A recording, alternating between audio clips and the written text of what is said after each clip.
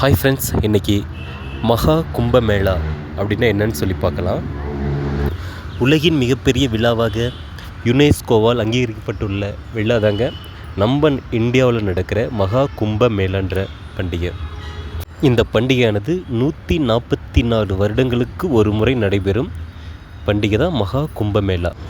இந்த மகா கும்பமேளாவில் அங்கே போய் புனித நீராடினா நம்ம பாவங்கள் போய் மோட்சம் கிடைக்குங்கிறது நம்பிக்கைங்க.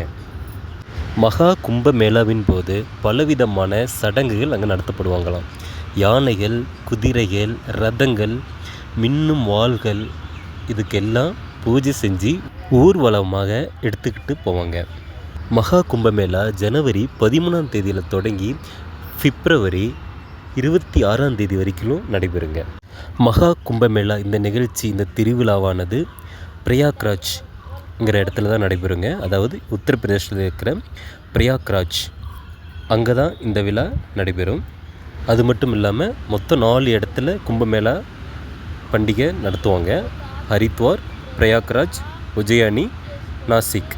ஆனால் இந்த 144 வருஷத்துக்கு அப்புறமேல் வர மகா கும்பமேளாங்கிற திருவிழாவானது பிரயாக்ராஜுங்கிற இடத்துல மட்டும்தான், உத்தரப்பிரதேசத்தில் இருக்கிற பிரயாக்ராஜில் மட்டும்தான் நடைபெறுங்க. மொத்தம் 4 வகையான கும்பமேளாக்கள் இருக்குதுங்க.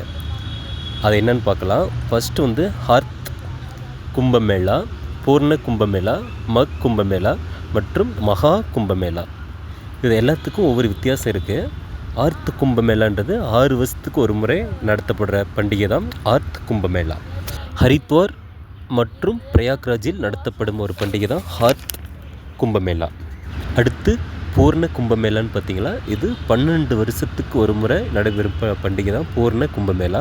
இது எங்கெங்கே நடக்குன்னா ஹரித்வார், பிரயாக்ராஜ், நாசிக், உஜ்ஜயினி, இல்லை இங்கே இருக்கிற 4 இடத்துலையும் நடைபெறுங்க. அடுத்தது மக் கும்பமேளான்றது இது ஆண்டுதோறும் ஜனவரி அப்புறம் பிப்ரவரி மாதம் நடத்தப்படும் பண்டிகை. இது பிரயாக்ராஜில் மட்டும்தான் நடத்துவாங்க. இதுக்கு அடுத்தது வரதான் மகா கும்பமேளா. இது தான் 144 வருஷத்துக்கு ஒரு முறை நடத்தப்படும் மிகப்பெரிய பண்டிகையானது 12 பூர்ண கும்பமேளாவுக்கு பிறகு நடத்தப்படுமுங்க. கும்பமேளா தோன்றிய வரலாறுன்னு பார்த்தோமா, அமிர்தத்தை பெறுவதற்காக தேவர்களும் அசுரர்களும் பார்க்கடலை கடைஞ்ச போது பல்வேறு தெய்வீக தன்மை கொண்ட பொருட்களை தொடர்ந்து தான் அமிர்தம் கிடைத்ததுன்னு சொல்கிறாங்க. அது அசுரர்களுக்கு கிடைத்துவிடக்கூடாது என்பதற்காக மகாவிஷ்ணு மோகினி அவதாரம் எடுத்து அமிர்தத்தை எடுத்து சென்றார். அப்படி எடுத்துக்கிட்டு போகும்போது சில துளிகள் பூமியில் சிந்தி அவைகள் ஹரித்வார், பிரயாக்ராஜ், உஜ்ஜயினி, காசி ஆகிய 4 புனித நகரங்கள் தோன்றின என்பது வரலாறு. அதன் நினைவாக கொண்டாடப்படுவதே மகா கும்பமேளா.